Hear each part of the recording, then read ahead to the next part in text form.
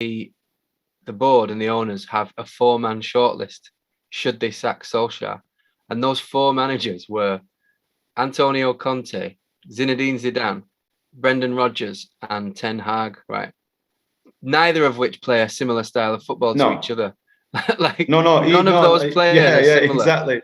Like at exactly. all. Like, so if that's your 4-man shortlist, then your identity of the type of football you want to play is just anything. Yeah.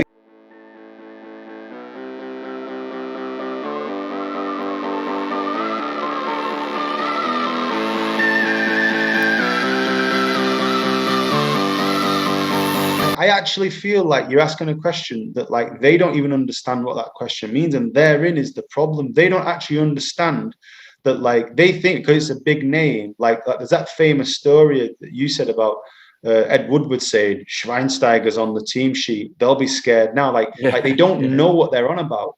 They actually don't understand the game. So like for you to talk about styles, they go, Ronaldo's the best player in the world. Why aren't you winning?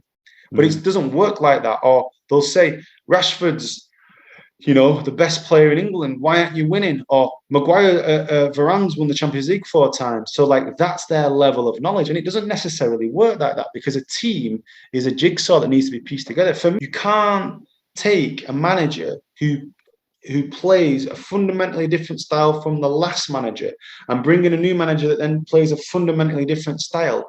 And that's how they've wasted so much money. And if they don't realize that, then like Barcelona have just sacked Ronald Koeman and they've gone for Xavi, right? There was never a chance that Barcelona would hire Antonio Conte. No way. Like there's just no way it would have happened. Like they wouldn't hire Jose Mourinho. They wouldn't hire. There's lots of managers they wouldn't hire Zinedine Zidane either. Like they will always hire players that are a very culturally a specific Spanish style of play, or Barcelona, like modern Spanish football. Since Barcelona really influenced that Spanish international team that won those. Yeah, that was heavily influenced by Barcelona, which was it was Guardiola, wasn't it? Really, Johan Cruyff and Guardiola, but Barcelona are never going to hire players that are just completely different from that. So it was obvious that they were going to go for Xavi over Conte or whoever else. But United don't seem to have that. Like if United, I get Poch or Allegri or these type of players, they're quite tactically flexible, attacking players, like attacking managers, sorry. So if United got rid of Solskjaer and hired Pochettino, the tactical shift wouldn't be that different, really. No, it's not too big. You probably press a bit more. You might buy a midfielder. Yeah. They wouldn't be worlds apart. But if United sacked Solskjaer and got Conte, they're completely worlds apart. If United sacked Solskjaer and got Ten Hag, and he wanted to bring in the type of play that Barcelona are playing at the minute, United haven't got the players for that. Thing is about Ten Hag, I had a few chats online. I've said to people, if you didn't like Van Gaal, why do you think you're going to like Ten Hag? Like, what do you think Van Gaal is? Van Gaal, Ten Hag, they're all Cruyff light. They're all that Barcelona style. They're all possession based. That's the problem. This is the point. But it's a structural issue. It's an issue that United's scouting system seems to be shite. Because I remember a couple of years ago, they said that they scouted 600 right backs and ended up signing the right back with the best defensive record in the Premier League. Like, so you go and scout 600 right backs and you end up with the most obvious one you could have bought anyway. It's nonsense, right? Because you and I can go to a football match. We watch Spain in the Euros. I watch Pedri for 15 minutes and he's like, he's world class. You don't need to.